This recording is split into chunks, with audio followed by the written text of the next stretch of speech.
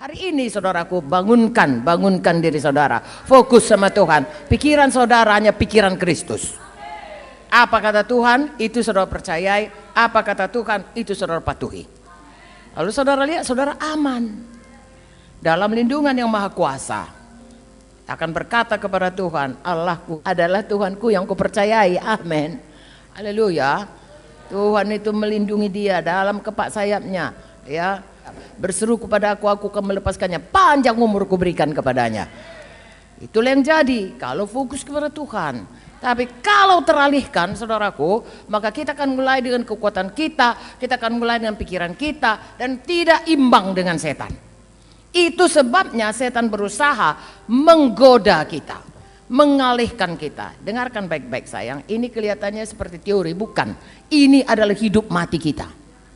Ya, saudara dalam kehidupan saudara sebagai hamba-hamba Tuhan, pelayan-pelayan Tuhan, saudara mengalami ini karena kita adalah target utama di bumi ini, target setan yang utama. Karena kita sudah mengatakan, aku mau mengikut Tuhan. Tadi saudara nyanyi, ya, oh Tuhan inilah hidupku, ku serahkan. Oh, saudara berbahaya. Baik, maka saudara jadi target. Tapi jangan takut. Karena Tuhan Yesus sudah berkata, sudah genap segala kuasa ada padaku, dan aku menyertaimu sampai kepada kesudahannya. Makanya yang perlu saudara fokus. Kalau dia bicara, nah lihat, kenapa Saul, saudaraku, bisa tergoda untuk dia mau melawan apa yang dikatakan firman. Karena masih ada hal-hal lama yang tidak diselesaikannya. Apakah itu? Oh, tentunya saudaraku tidak patuh. Makanya firman Tuhan berkata, saudaraku, tidak patuh, bandel itu sama dengan penyembahan. Jadi pada waktu kita diuji, luluslah saudara. Haleluya. Makanya disiplin, ya, biasakan disiplin, selalu patuh. Perkara kecil saudara setia, perkara besar gampang saudaraku. Haleluya. Ya. Nah, saudara juga, apapun ujian saudara, ya, Tuhan tidak akan memberikan saudara diuji lebih dari kemampuan. Ya, kalau Tuhan berkata patuhin, patuh saudaraku. Tahap dimanapun kita itu mesti patuh sama Tuhan. Ya, saudara nggak bisa pada waktu zaman Joshua bilang bikin air, enggak. Joshua nggak mau, dia lain panggilannya. Ya, jadi kita pun saudaraku, sampai dimanapun kita ditaruh Tuhan, kalau disuruh Tuhan kita itu pandang kepadanya, pandang kepadanya. Jangan bikin jalan sendiri, nanti nggak lulus kita. Ya, mari semua lulus. Pegang firman Tuhan 1 Korintus 10:13, tidak lebih dari kemampuan. Dan kalau kita miss saudaraku, angkat mata lagi, pandang lagi kepada Tuhan. Haleluya. Saya menyatakanlah pada hari ini kepada saudara, sesudah sekian lama mengikut Tuhan, tidak ada yang lebih indah selain daripada patuh saja. Haleluya. Ya, jadi fokus. Adakah saudara diberkati? Ya. Jadi Tuhan mau supaya saya dan saudara, kita semuanya saudaraku, apapun godaan kepada saudara, apapun ya distraksi yang diberikan musuh kepada saudara, ingat bahwasanya kita disuruh Tuhan untuk membangun satu tubuh Kristus yang makin lama makin menjadi dewasa, dan satu dengan lain terikat erat, oleh pelayanannya masing-masing. Ya, oke, kita baca Efesus 4. Supaya kita tahu dasarnya, ya. Efesus 4. Dapat saudaraku? Ya. Oke, coba kita baca dulu ayat 1.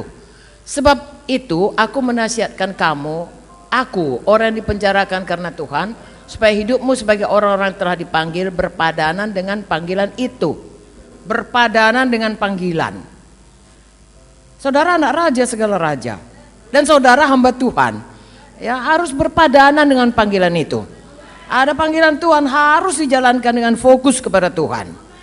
Hendaklah kamu selalu rendah hati. Nah, ini perlu saudaraku, rendah hati, apalagi lemah lembut, ya, dan sabar. Tunjukkanlah kasihmu dalam hal saling, dan berusahalah memelihara, nah ini dia, kesatuan roh oleh ikatan damai sejahtera. Satu tubuh, satu roh, sebagaimana kamu telah dipanggil kepada satu pengharapan yang terkandung dalam panggilanmu, satu Tuhan, satu iman, satu baptisan, satu Allah dan Bapa dari semua, Allah yang di atas semua dan oleh semua dan di dalam semuanya. Perlu kali bersatu. Haleluya. Kalau saudara lihat sidang pertama, kekuatannya dalam persatuannya. Amin saudaraku. Mereka selalu bersatu, mereka bersahati. Walaupun mereka itu ada yang dari Yerusalem udah pergi ke Antioch, mereka selalu bersahati. Ya, saudara mau tunduk, mau patuh pada Tuhan, Roh Kudus yang menyanggupkannya. Makanya pada perjanjian baru ini semua kita bisa bersahati. Karena semua kita ada Roh Kudus. Roh Kudus itu membawa kepada persahatian ya. Roh Kudus itu membawa kita semua kepada pengertian akan firman Tuhan. Karena dia sudah mengarang ini supaya kita tahu apa isinya dan mengingatkan kita kembali. Dan firman Tuhan tadi mengatakan bersahati. Jadi Roh Kudus memampukan kita untuk bersahati. Amin. Haleluya. Kecuali kalau kita memakai kehendak daging kita. Betul, Galatia 5 16. Maksudku ialah hiduplah oleh roh, maka kamu tidak akan menuruti kehendak daging. Sebab kehendak daging berlawanan dengan keinginan roh berlawanan dengan kehendak daging, duanya bertentangan sehingga kamu setiap kali tidak melakukan apa yang kamu kehendaki. Apabila kamu memberi dirimu dipimpin roh, kamu tidak hidup di bawah hukum Taurat, dan seterusnya dan seterusnya. Ini dia perbuatan daging. Jadi kepada kita selalu ada kehendak bebas, yaitu untuk tetap mau menjalankan daging. Juga untuk memilih Roh Kudus. Kalau mau fokus kepada Tuhan, saudara harus biarkan Roh Kudus selalu menguasai saudara. Haleluya. Roma 8 juga berkata demikian, dengan roh kamu mematikan semua perbuatan daging. Jadi saya dan saudara bebas. Ya.